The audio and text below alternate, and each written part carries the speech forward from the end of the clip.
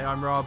And I'm Dave. And you're listening to another episode of Alternate Galaxies, where this time around we're looking at The Mandalorian Season 3. Dave, hello. Hello. It's been a few weeks since The Mandalorian finished on our screens, but we've had other things to do, like we did Star Trek Picard last week on Alternate Galaxies, for example. But we're here tonight to finally give our thoughts on this season. Yes, we are. We have done the last two seasons of The Mandalorian. It would be wrong not to get out for this third season, even though I feel like it didn't quite make the splash the other two did. Well, I'll note quickly, the spoiler curtain isn't down yet, folks. Dave, what if we start by talking about our expectations for this season before it started? My expectations going into this were pretty high, and for a couple of reasons. Mm-hmm. One, Andor, I think, was the last big thing out from the Star Wars franchise, and you and I both absolutely loved that. So we were very, very up on the saga as it was. If I were to say what my second favourite thing in the Star Wars universe lately was, it would be The Mandalorian Season 1. So it felt like we were coming back to that first really fun saga that we had. And also, I do feel like there was a good, healthy bit of buzz around Star Wars whilst this was coming out and as it was building up. There was that sense that they were building up to doing some more announcements, which they did across the series. Mm-hmm. New series were being announced. New movies were being announced. Yes. I think we got the Daisy Ridley news in the middle of Mandalorian Season 2. We would have, I think, yep. So there was a good buzz around Star Wars, perhaps for the first time in a while. And that, plus, as I say, my response to Andor had me quite excited for Mandalorian coming back. Yeah, I'm in similar territory because I was pretty happy with the first two seasons of The Mandalorian, not just the first season, but I was conflicted with his return in the Boba Fett show. Because on one hand, it was great to see him back, even though it wasn't his show, but he sort of popped up and he was back at his awesome best. I still can't believe that scene, Dave, where he's after the bounty and he gets the guy and he slices him in half with the Darksaber and actually slices the table in half as well that the guy's laying on. And I'm like, oh my God, this is great. But then he was reunited with Grogu an episode later. He'd handed off Grogu to Luke Skywalker. He was going to train with Luke. And then an episode later, and again, we're in the Boba Fett show here, folks, he gets Grogu back. And I was like, oh man, we've just had 2 seasons. We've got rid of the kid. What are we doing back here? Don't give Grogu a choice. Oh no, he's back. Honestly, I was hoping to get back to some down and dirty bounty hunting in Season 3 without the worry of having the baby in tow and doing some mystical Jedi bullshit. But okay, we knew we had Grogu back going into this season, and despite what I just said, it still wasn't a deal breaker for me. I thought, okay, we'll have another season like the first 2 seasons we've just had, which had Grogu in them. And they turned out fine, even though I think it's time to ditch the kid. So in that respect, I had decent enough hopes for Season 3. It wasn't going to be completely what I wanted, i.e. Grogu gone.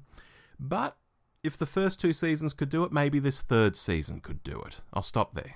I'm really glad you raised the whole Boba Fett thing, because I had to sort of physically, determinatively remind myself in the lead up to this that those episodes weren't actually The Mandalorian Season 2. No. They were just this drop into Boba Fett, which, look, I've got to say, they were a blessed relief when it came to Boba Fett, because it wasn't going well up until then. Oh, yeah, and the first of them was great, like I say, where he goes after that guy, chops him in half. I thought, oh, this is what I want from The Mandalorian, even though it's not The Mandalorian. And remember, Rob, there were all those rumours that I think probably were just rumours, but all those rumours that the studio knew that Boba Fett just wasn't working and suddenly rushed forward episodes 1 and 2 of Mando Season 3 and just dropped them in. I don't think that's the case. I think they are genuinely trying to build this universe now where anything can drop into anything else and it's all one big tapestry. But that was the genuine rumour out there at the time. Mando had to come to save Boba Fett. It was a weird thing, and I would have to go and look up Wikipedia, but I'm pretty sure the Boba Fett series was only 7 episodes, whereas everything else is like 8. So I'm wondering if they lost episodes somewhere and maybe did drop in the Mandalorian episodes and were still an episode short.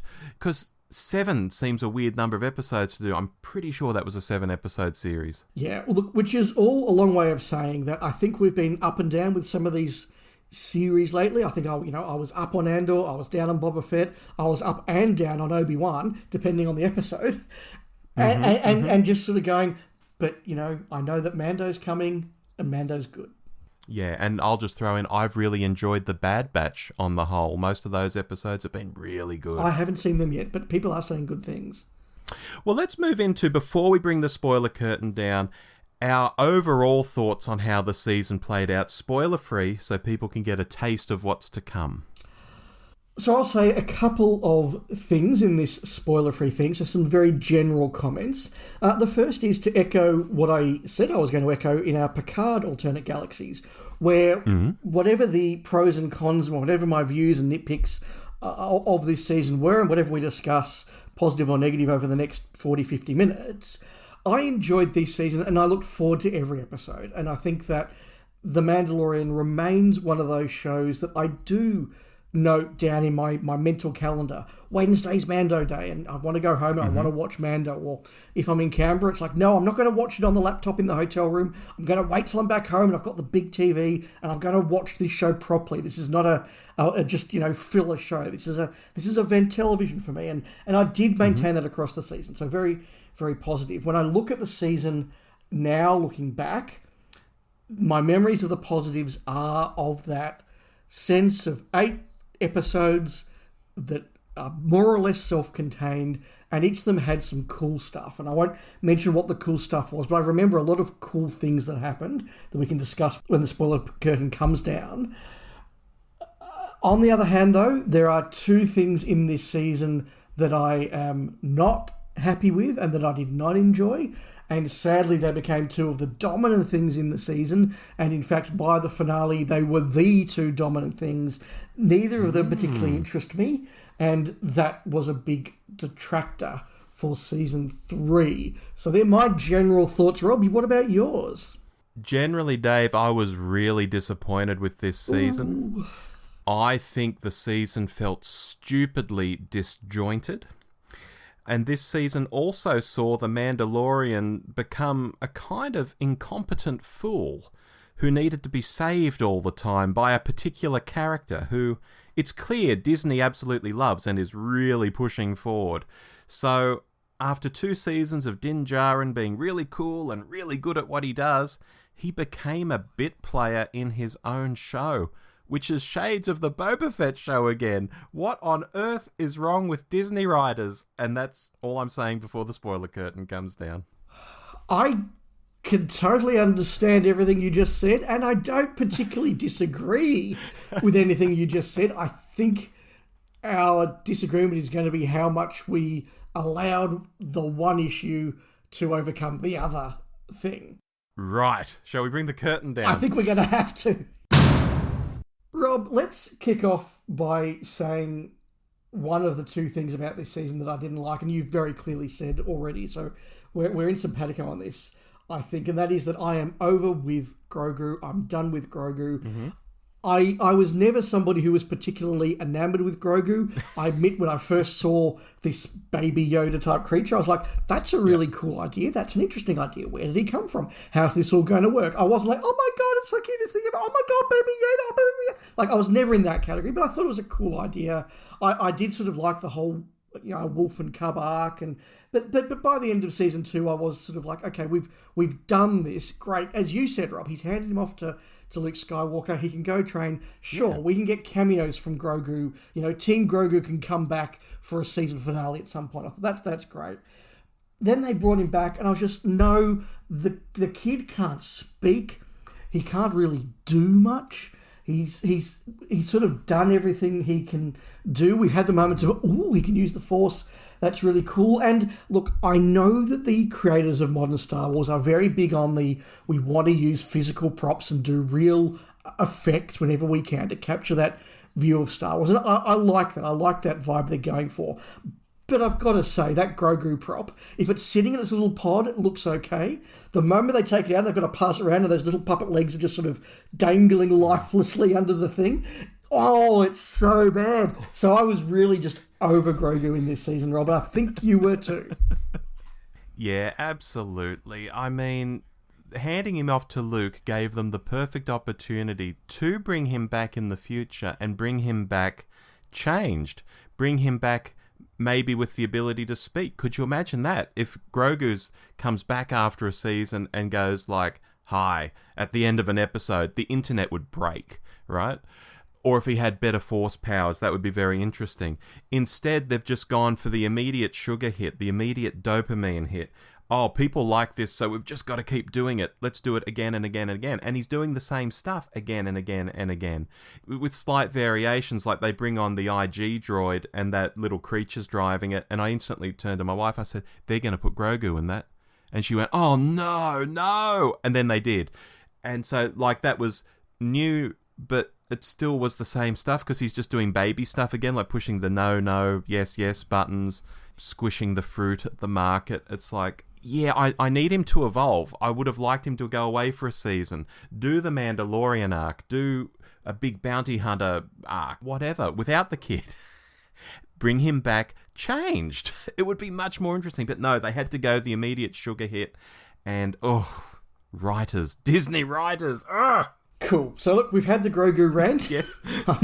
I don't know if we're in the majority of the minority, but look, just talking to people at work, there was a sense of they weren't as over him as we were, but they were sort of the view, yeah, look, I see what you mean. Yeah, he is kind of done. Yeah, okay.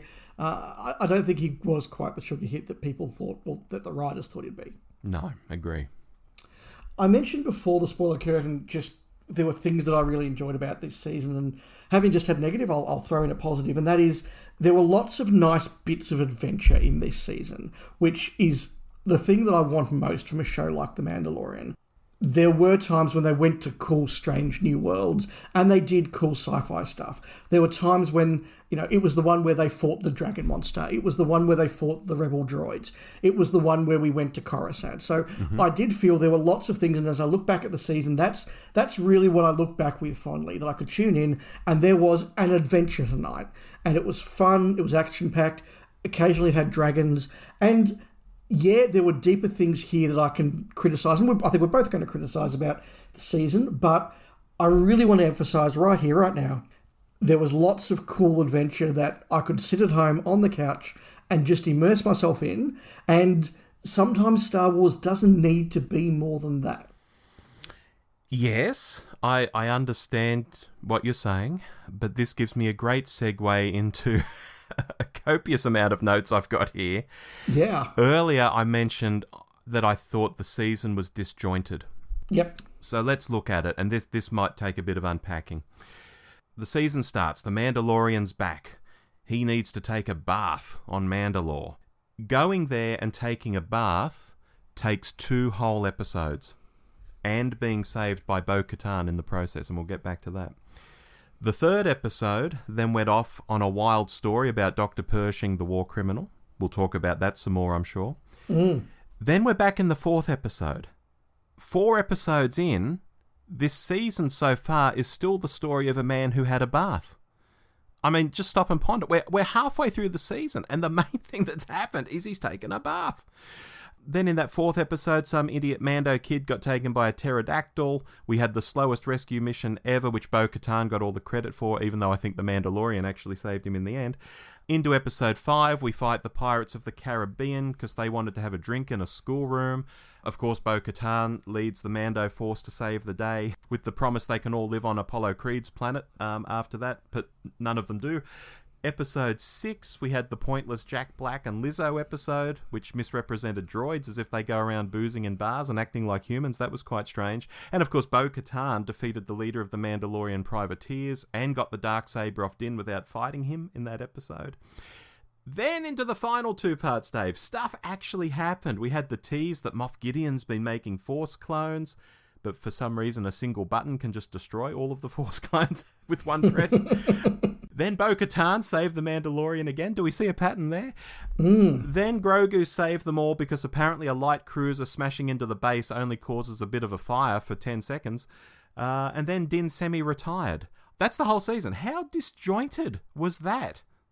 The answer to your question, Rob, is very. Yes. And I know what you mean.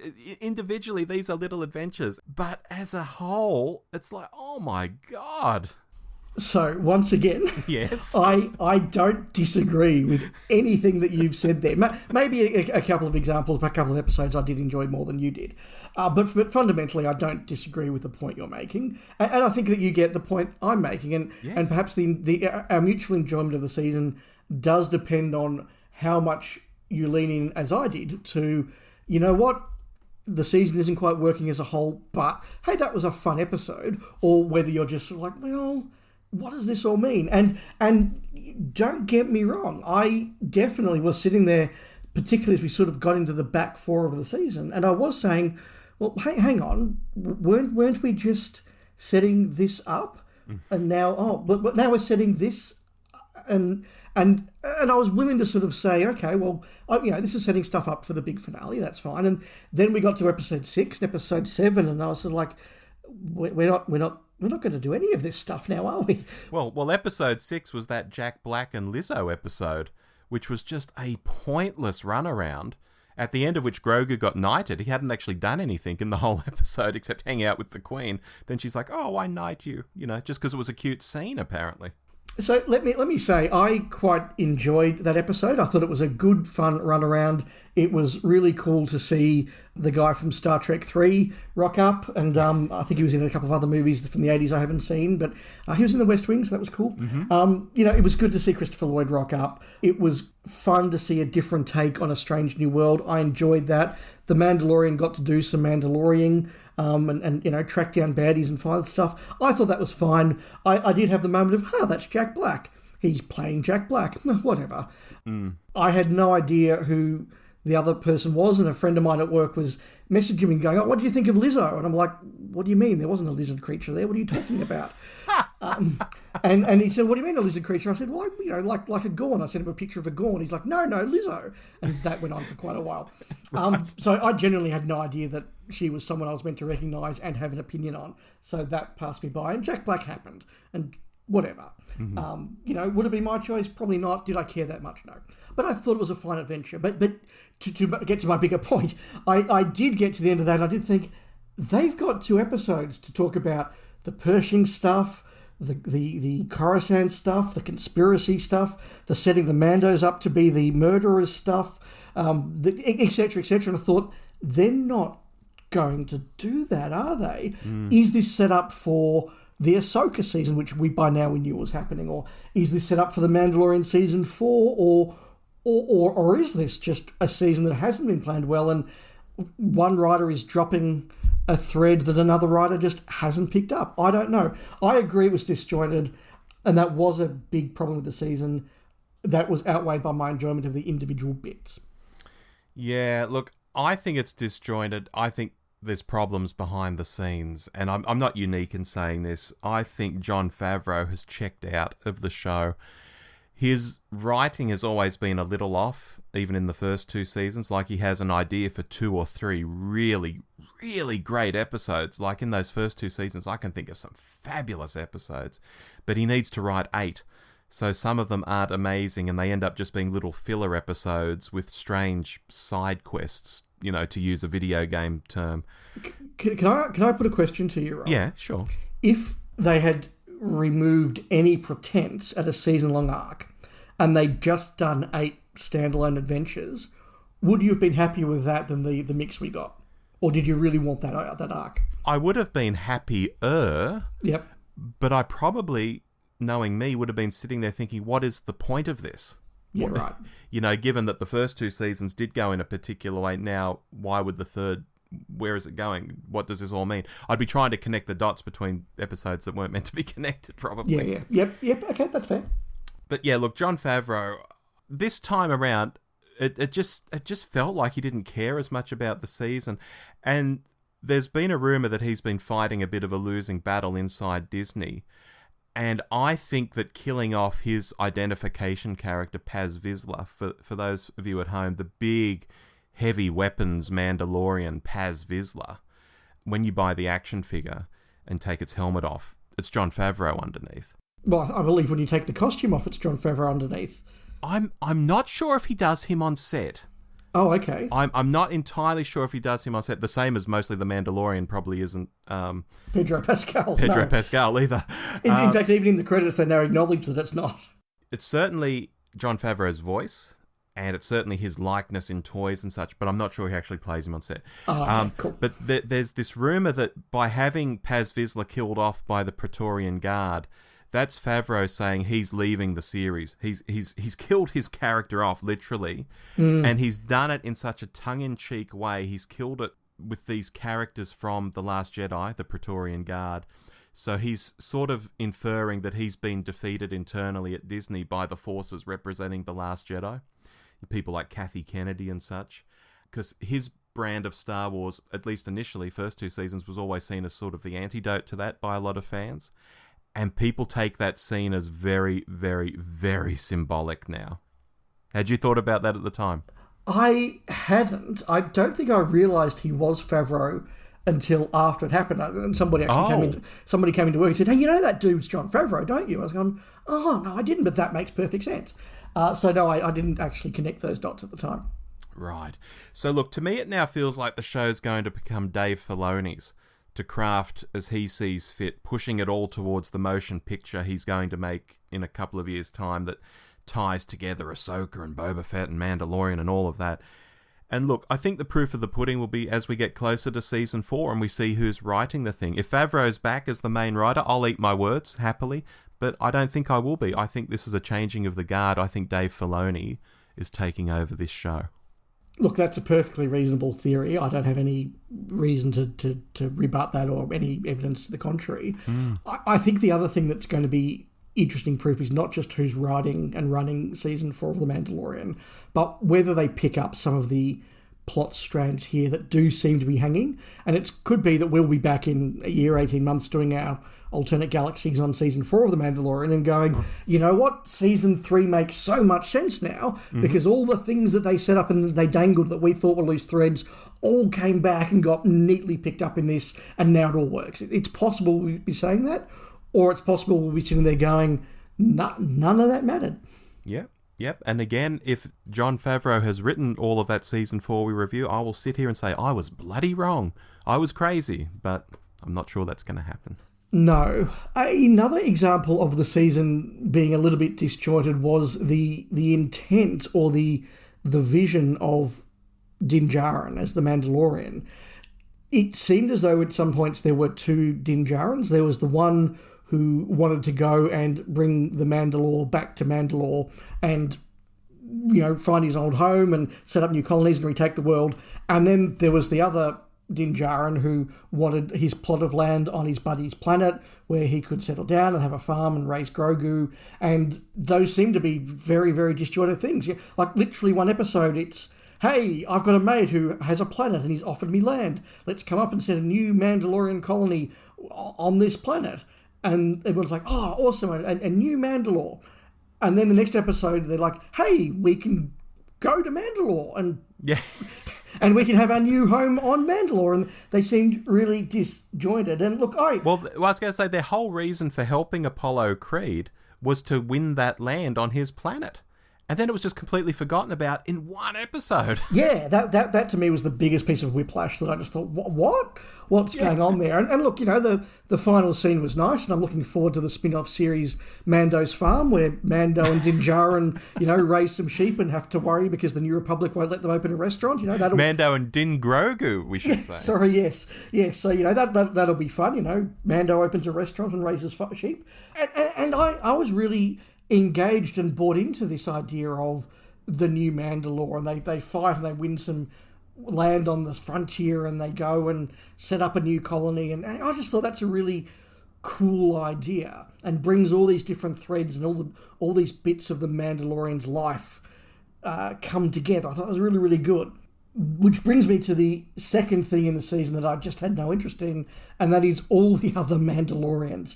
I know that people who are deeper ingrained in Star Wars lore, and particularly the cartoon series, are a lot more invested in Bo-Katan and her quest and her mission than I was. I had no knowledge of who Bo-Katan was before she rocked up in this series, or in series 2, I should say, but in The Mandalorian, the series. I had no idea who Bo-Katan was. I don't really care who Bo-Katan was. Nobody in the series has really tried to sell me on the idea that Bo-Katan is somebody important. There's a lot of, that's Bo-Katan, she's important. Why? Because she's Bo-Katan. Okay, nice. And so that thread was the one that I was very, very disinterested in. So that means, and we'll talk about it more, but when we got to the finale and it was all about Grogu in the suit and Bo-Katan on Mandalore, I was like, well, these are the two least interesting parts of the series, so okay. Well, Bo-Katan, like I was saying earlier, without mentioning her by name, Disney just loves her. This season was all about her, Dave. You know, there's no two ways of looking at it. And in this, I'm quite conflicted because I liked Bo in the Clone Wars animated series. And I really like Katie Sackhoff, who voiced her in the Clone Wars series. I loved Katie Sackhoff in BSG. I thought Katie Sackhoff was amazing in Longmire. Longmire is one of my favourite shows we've never talked about, probably because it's not sci-fi. So this is no hating on Katie at all. I think Katie Sackhoff is awesome. Sounds like you want to say something? No, I was just going to absolutely agree. I think that the actress is doing a really good job, and Katie Sackhoff's very cool. Yeah, I think she is bloody awesome. But this show started as being about Din. He is the Mandalorian. It's his show. And having him go from being highly competent in the first 2 seasons to being rescued by Bo in some way in almost every episode, I want to say, and the overall storyline being more about her taking power again, taking over Mandalore, I'm just like, what is this? This isn't what I'm here for. No, I agree with you, and it really does feel as though before season 3 started, somebody did walk into the writer's room and said, look, we've got a few requirements. Bo-Katan needs to be bigger, louder, and have access to a time machine. And when Bo-Katan isn't on screen, all the characters should be saying, where's Bo-Katan? Very good. Hi, Mr. Myers. I've been doing some thinking, and I got some ideas to improve the show. I got it right here. 1, Poochie needs to be louder, angrier, and have access to a time machine. 2, whenever Poochie's not on screen, all the other characters should be asking, where's Poochie? 3... Great. Just leave them right there on the floor on your way out. But no, you're right. I think that if you're... Look, I suspect if you're invested in Bo-Katan, you may get more out of this than we did. But then you're saying that you are more invested than me and you didn't. Yeah, well, that's right, because, again, that was the second part of my point. The show is The Mandalorian. It's about Din Djarin. I'm not watching this for Bo-Katan. The same as I wasn't watching the Clone Wars for Bo-Katan, but when she turned up and did cool things in the episodes that were about her, I thought, fine, it's part of a bigger thing. But she just dominated this whole season. We only have 8 eps to play with, and she did something awesome, I think, in all of them, largely saving The Mandalorian. Yeah, and it also did sort of rewrite a little bit of, not continuity, but certainly writing intent. One of my favourite scenes of previous episodes was when Mando won the Darksaber and Bo-Katan says, no, it's mine, I want it more. And he's like, okay, cool, have it. No, you have to win it. And he's like, I don't want it, here. Okay, you beat me, I yield, have it. You know, it was really cleverly done. It was really quite a funny moment. Yeah. And she's like, no, the legend says, and I think I did comment to you at the time, what legend and who's arbitrating this legend? Like, who says that you have to win it or not? That is the Darksaber sentient? I don't know. Is it like that magic wand from Harry Potter that knows who its owner is, or is it just a lightsaber? I don't know. If someone dies, can you just pick it up and then it's yours? Yeah, like who? If you didn't beat them? Yeah, who officiates these funny Darksaber rules? But then having taken that very, very seriously, we basically do just get a moment of, well, you've morally beaten me, so here's the Darksaber, kid. Yeah, like you saved me an episode ago, so here it is. Here it thanks. is. But I've been saving it for the end of this episode because this will be a more dramatic moment to give it to you. And then, well, look, shall we talk a bit about the finale? And Well, I was going to segue into Din because it's sort of tied into Bo because, as I already said, Din became a bit of a bit player in his own show in this season. The constant rescuing from Bo-Katan, deferring to Bo-Katan. I know a lot of ladies online swooned when he did the whole "I'll stick with you until your song is sung" line. You know, there were memes about that, Dave, like, you know, find a guy who says this to you sort of thing. oh, look, it was a great line. So, look, I found him a really hard character to be interested in this season. He was just kind of there, like there was this symbol of the Mandalorian in the armor. We don't see his face. He's deferring to this other character. He's saved by this other character. He's just there. Yet it's his show. I keep coming back to that. I can't help it because it's his show. Yeah, I do wonder whether Pedro Pascal, openly saying he was kind of checking out of the show a bit and not being around as much, has definitely affected it. I think when I think back to what I loved about that first season of The Mandalorian, it was that sort of in the first 10 minutes we saw that this guy was a ruthless bounty hunter. We had that whole little sort of mini opening sequence where he finds the bounty guy and he arrests him and he takes him back to his ship and then he traps him and puts him in carbonite. And it's all just so efficient. And he's not magically strong. He's just a really skilled fighter. And I thought the balance was really good. But there was that sense of there's somebody underneath that armor, and at least once a season he takes the armor off because there are reasons that are bigger than just being the Mandalorian, and it's sort of a really good balance, and that stuff, you're right, was missed. Did I enjoy the guy in the suit going on adventures? Yeah, I did. Did it have as much depth as the past seasons? No, you're right, it didn't. And look, outside of Bo and Din, I'll just touch briefly on the other characters because I was less moved by them as well. Apollo Creed seems like a parody of his earlier seasons. We got the zany Tatooine mechanic lady, seemingly there for no other reason, but, you know, remember Tatooine? Remember R5 droids? You know, like the one that she gives forces on Din.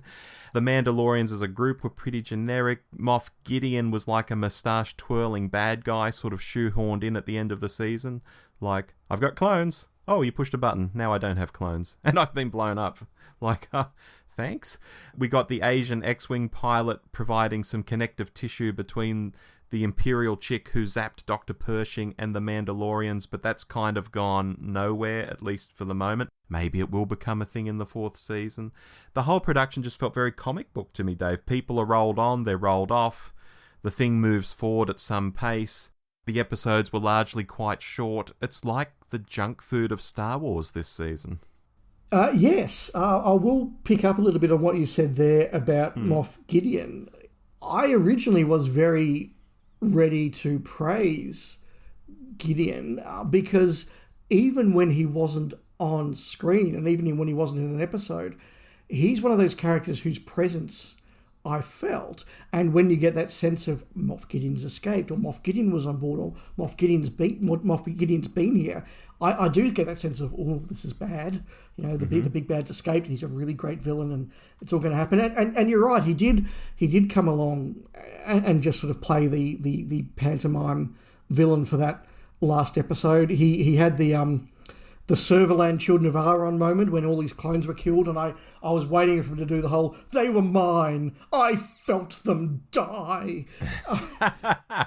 Yeah, he just didn't quite deliver. And again, that whole thing of setting up this idea that, oh, it was the Mandalorians who rescued him, that's Mandalorian gunfire, I don't think went anywhere either. Yeah.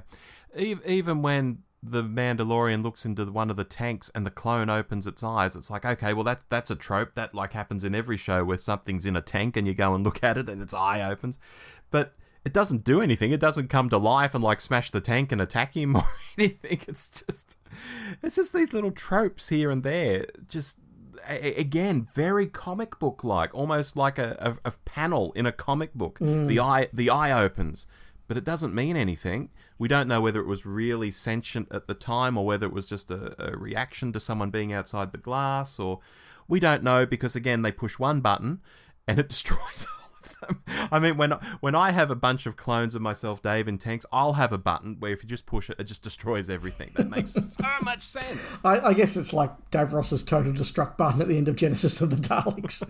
Sure, exactly. Look, that's all right. A lot of fans have reacted big time to the destruction of the Darksaber. Did you have any reaction, Rob?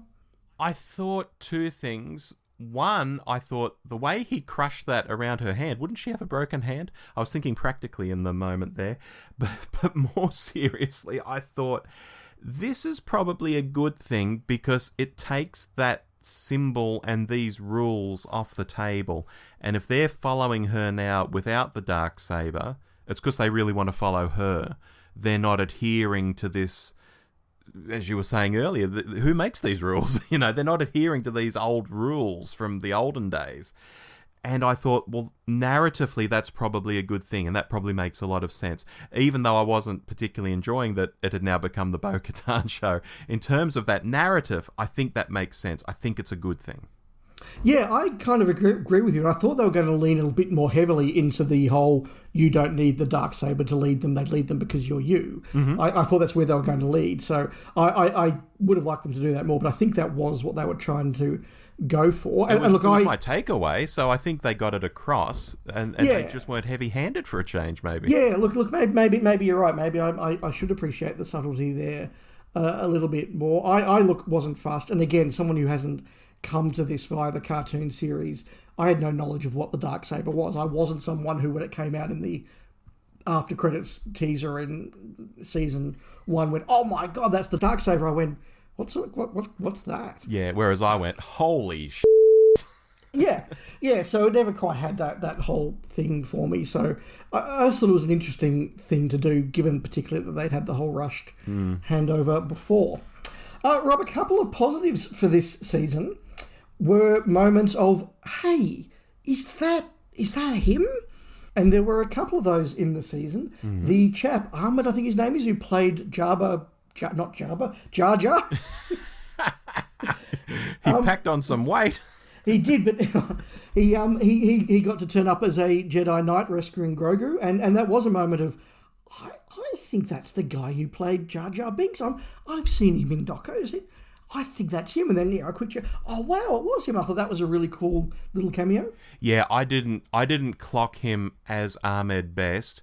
I clocked him as someone I think I should know.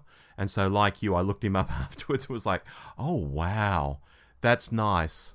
Yeah, so I thought that was nice. And there was another moment when they had the Great Imperial Council and this captain stood up to speak. And I've gone, is that Captain Millennium? Mm. And it was. And I was like, oh, wow, that's really, really cool. And then we also met that chap's dad. Yeah, again, I saw that big moustache. And I turned to my wife, I said, who do you think that is? I didn't know it was going to be him, but I was hoping it would be. She's read Heir to the Empire. Well, she read Heir to the Empire when she was a teenager. She's read it 2 or 3 times in her life. And she goes, it's Captain Pelion. And I'm like, yep.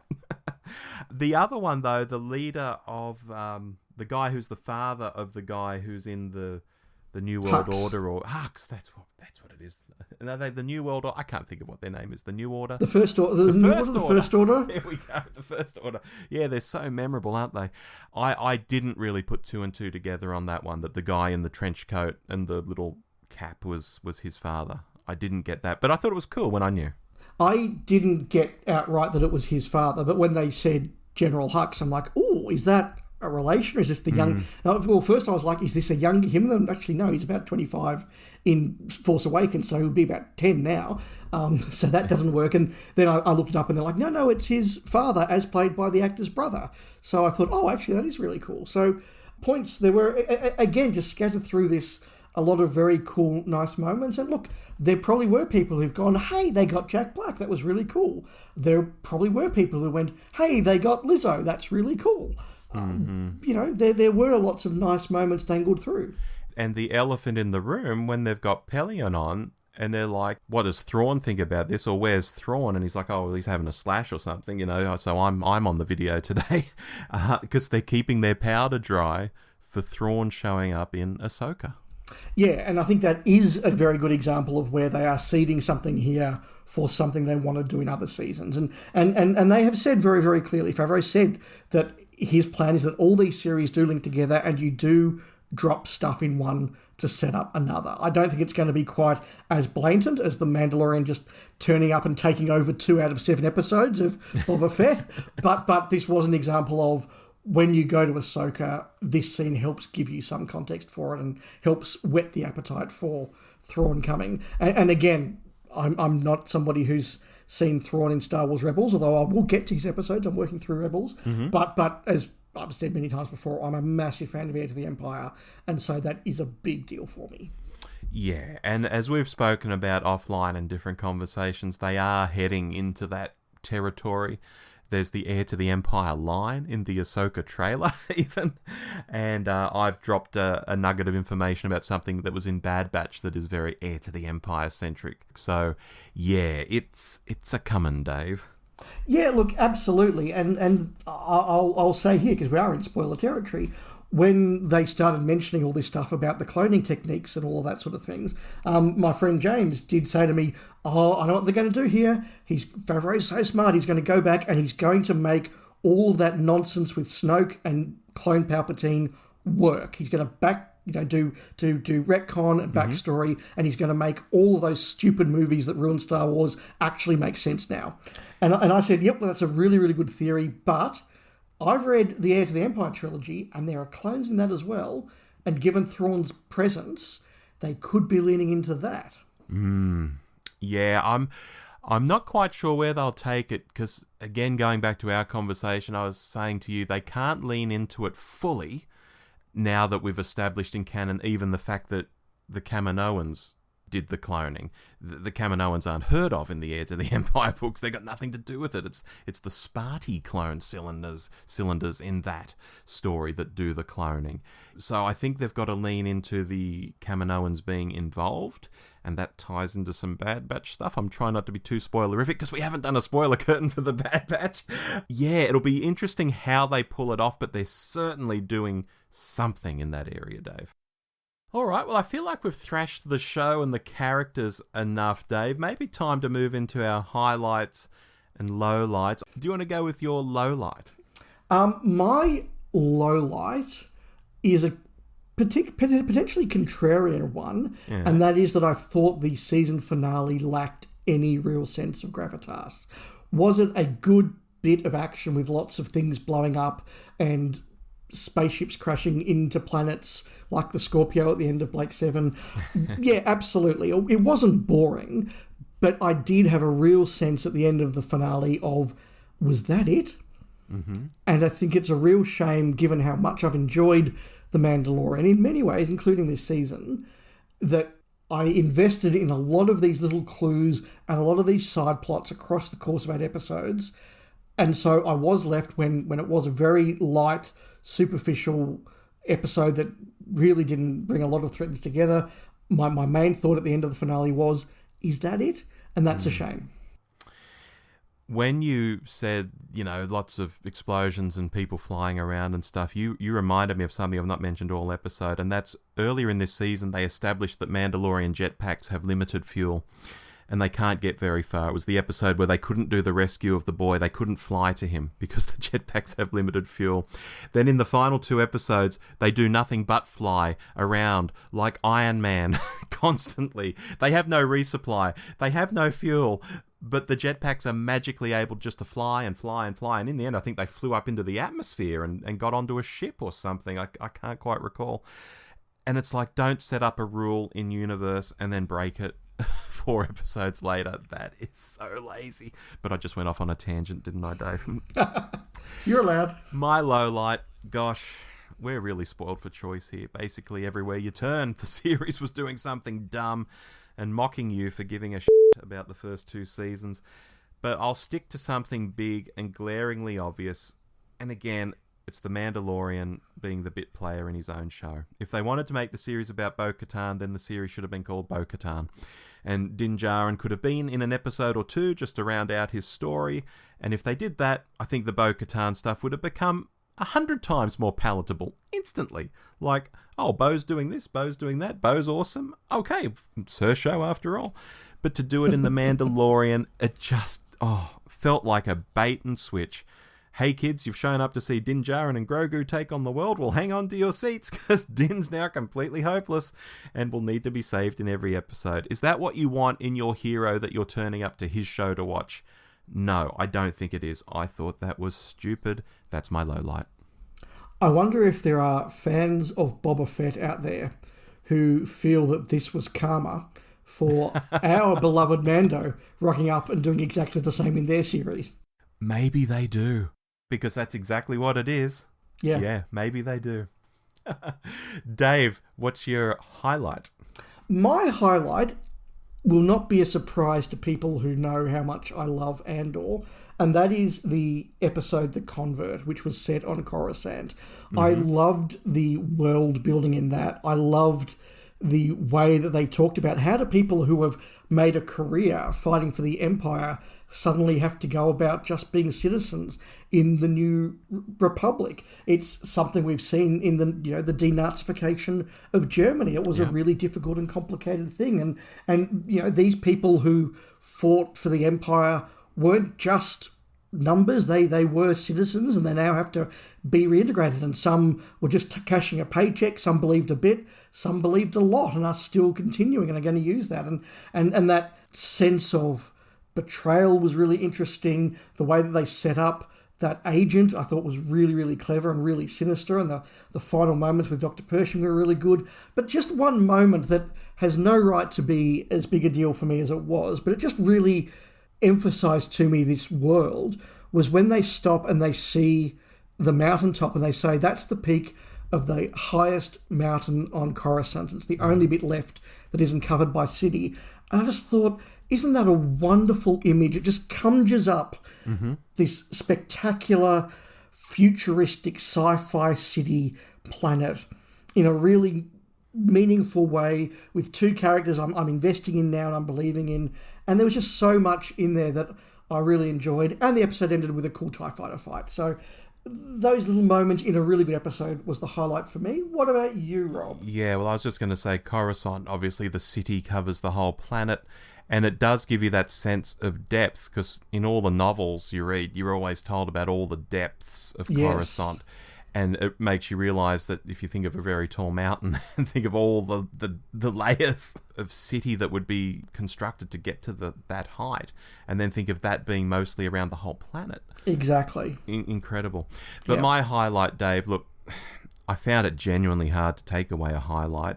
Oh. I've been into the idea of... This ties into something you were saying earlier about not knowing much about Mandalorians, but I've been into the idea of Mandalorians since we got a taste of what they were in the 1980s Marvel comics.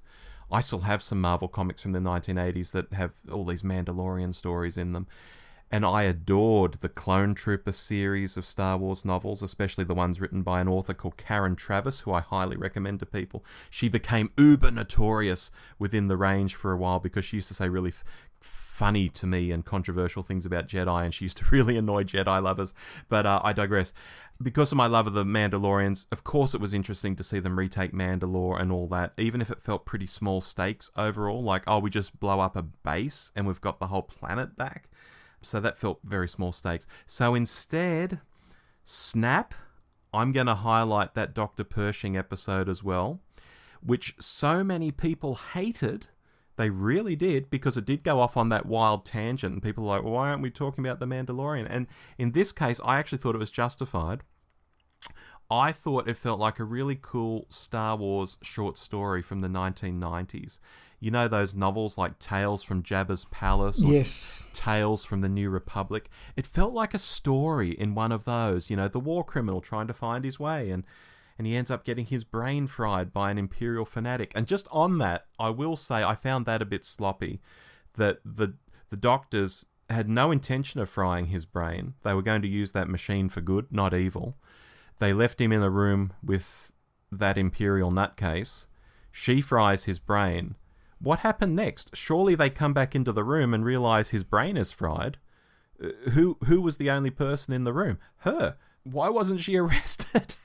Because later we see she's still working her day job and doing normal stuff.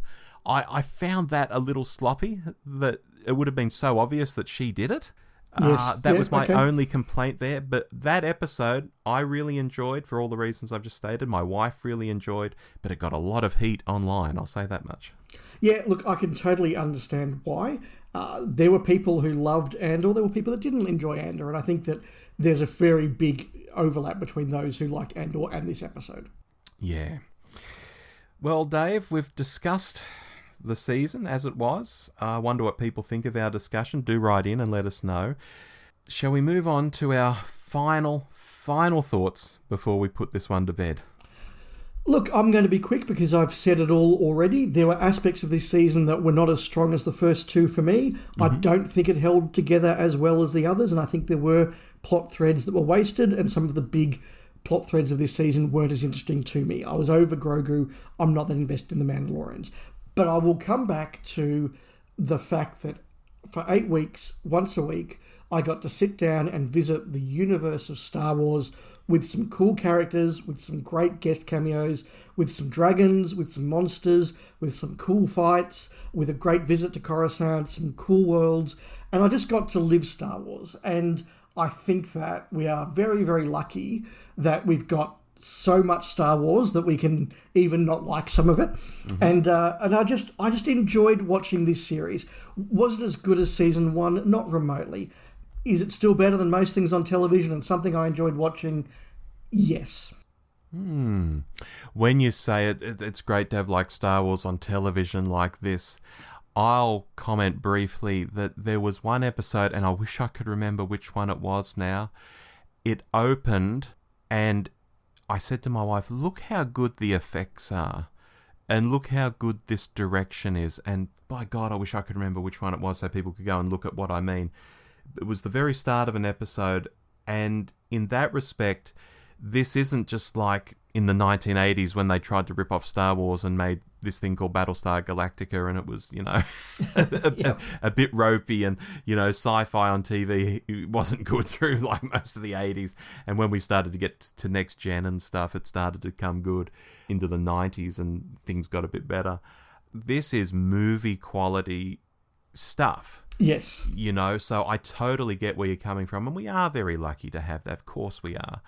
I just felt the thing was disjointed. But into my final thoughts. I'd be super happy, given the way the series ended with Din and Grogu hanging out at the farmstead and Grogu torturing a frog and all that sort of stuff. And Din wants to lead a less exciting life. For that to be the end of The Mandalorian, I really would. And literally, they start the Bo-Katan show next, or less facetiously, maybe a show called The Mandalorians, plural. Yep. And there's zero expectation of Din and Grogu showing up. If they show up, great. If they don't, they don't. And we just explore other Mandalorian stuff going on. I think that would be just fine. This season showed, to me at least, I don't know what people out there think. Again, write in, let us know. This season showed to me that they can't respect the character that brought them all the goodwill and the fame in the first place to the series. So, fine. Knock him on the head. Knock the whole thing on the head and start something else.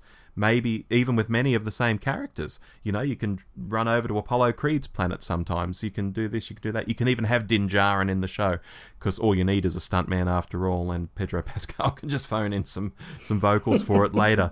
But it would just send a signal, a clear mission statement that this is something new. It's got stuff in it you might know from other shows, but this is new. And you said earlier in the episode, if things were pitched a slightly different way, would it have been the same? And no, it would have been different for me. So reboot the thing, change the name. I'm comfortable. I don't know about you, Dave, with Din just sitting on the porch with Grogu, and that's the end of them for week-to-week adventures. I'm kind of over it. I'll be relaxed with that. I would, yes. You would? Yeah. It's interesting that at the end of just the third season of only 8 episodes, we feel that way. Yeah, I'm not saying I wouldn't watch him in a fourth season, and if they do it well, it'd be great. But if they'd said that's his story, and now he's going to retire to run a restaurant, well, I would say, okay, that was a really cool story. You're very big on this restaurant idea. What part of Din's personality makes him a restaurateur to you, Dave? I don't know. I just have the idea of Mando's farm being a thing. Is it like Clarkson's farm? Yeah, that literally, absolutely. And Grogu is what's his name? Caleb. Caleb. This is great. It writes itself. It really does. It really does. So look, we'll be back to talk about Mando's farm if it happens. Yes. Potentially we could be back at some point to talk about Rebels Season 5. I mean, Ahsoka. Yeah. Look, we mentioned Ahsoka briefly. I have high hopes for that series. I'll throw that in here so it's just on the record. I actually have really high hopes for that series. I didn't, because I really have no personal investment in Ahsoka, but after seeing the trailer and all the things that they're bringing in from other parts of Star Wars lore, I actually think it looks really, really cool, and I'm quite excited for it. Well, I'll also throw in Ahsoka is essentially a Dave Filoni creation. Ahsoka is the thing I think Dave Filoni cares about most in Star Wars. So if Dave Filoni is throwing in his best effort and putting his best foot forward, it's going to be on the Ahsoka series. So between knowing that in the background and seeing that footage we've already seen, yeah, that's what's driving me to think this could be really, really bloody good. You heard it here first, folks. Well, we haven't quite agreed on The Mandalorian Season 3, but we've ended on a positive note of agreement there. Oh, absolutely. I am still turning up to these shows, watching them week to week. I'm rereading a bunch of Star Wars novels at the moment that I never quite finished, back around the time Disney decanonized them, and I got very depressed. A series of 9 novels, and I only read 4 of them. I'm doing those, so I'll talk about that on another episode sometime. Hey, I went and saw a little movie called Return of the Jedi the other weekend, so... And do you know Disney did not promote that being in cinemas at all? It was like, when I told people about it, most people didn't even know it had happened. It was very, very much word of mouth. In fact, I heard about it because somebody in America mentioned that they were putting on a screening. I thought, I wonder if there's a local one, and it turned out there was one at the Astor, so a few of us went along. It was a packed cinema, and I will say they played the 1998 cut, not the 2010 cut. Okay. And so when Sebastian Shaw rocked up rather than Hayden Christensen as the Force Ghost, there was a huge cheer.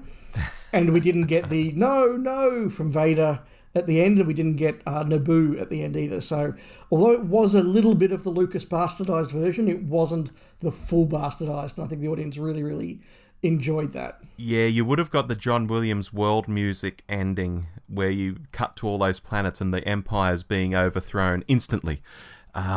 Which yes. I always thought seemed quite unrealistic. We did get that, but without the Naboo cut. Right. And we also got that annoying pop singing lip monster in Jabba's palace. Oh yeah. Enough said about that. But we didn't get all the other stuff, so it wasn't quite the full bastardized version. But it was still cool to see. Look. Do I think Return of the Jedi is the best Star Wars movie? No. But do I think that last half hour is as good as Star Wars has ever been? I could make that argument. Oh, Dave. If you will not turn to the dark side, perhaps she will. No! And then the music that plays. Yes. Oh, goosebumps every time. Yeah. When I was 8 years old in the cinema, when I'm almost 48 years old now. Goosebumps. Yeah, it's pretty awesome, isn't it? Yeah. Well, we should probably go before we just turn this into the Return of the Jedi review. Yes. So if that's all, I've been Dave. And I've been Rob. And we'll be back soon. Bye-bye. Bye. You've been listening to Alternate Galaxies, the podcast where Rob and Dave from the Doctor Who show take a look at other great sci-fi and fantasy that we think Doctor Who fans might like.